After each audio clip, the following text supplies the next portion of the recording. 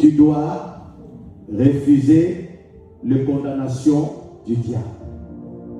C'est ça le thème qu'on va développer cet après-midi. Amen.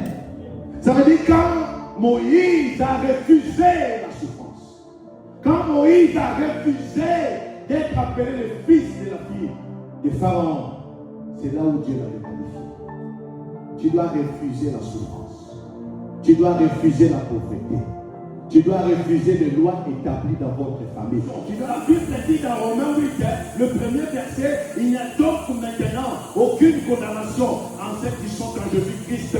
Moi, je ne veux pas périr. Je refuse la fatalité. Je refuse le célibat. Je refuse la sérénité.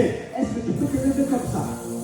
Mon bien-aimé, tu dois avoir la foi pour ta vie. Tu dois refuser la médiocrité. Tu dois refuser la pauvreté. Tu dois refuser ce que tu subis. Tu dois refuser la maladie. Il n'y a que comme ça que les choses vont changer. Il n'y a que comme ça que cette maladie va te quitter. Est-ce que vous comprenez quelque chose?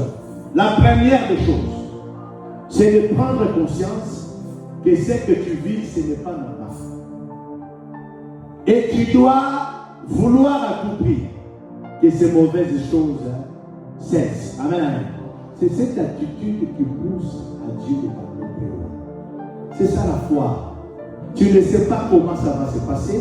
Tu ne sais pas comment ça va arriver. Moïse, il ne savait rien, mais il savait une chose. Tu as une grande destinée. Est-ce que tu sais que tu as une grande destinée? Pourquoi tu acceptes le miettes qu'on te donne? N'accepte plus le miettes qu'on te donne. 2026, année de progrès pour toi. 2026, année de succès pour toi. 2026, il y a qu'une chose à faire, de refuser. Même si le chemin de Christ c'est difficile, mon bien-aimé, tu seras récompensé.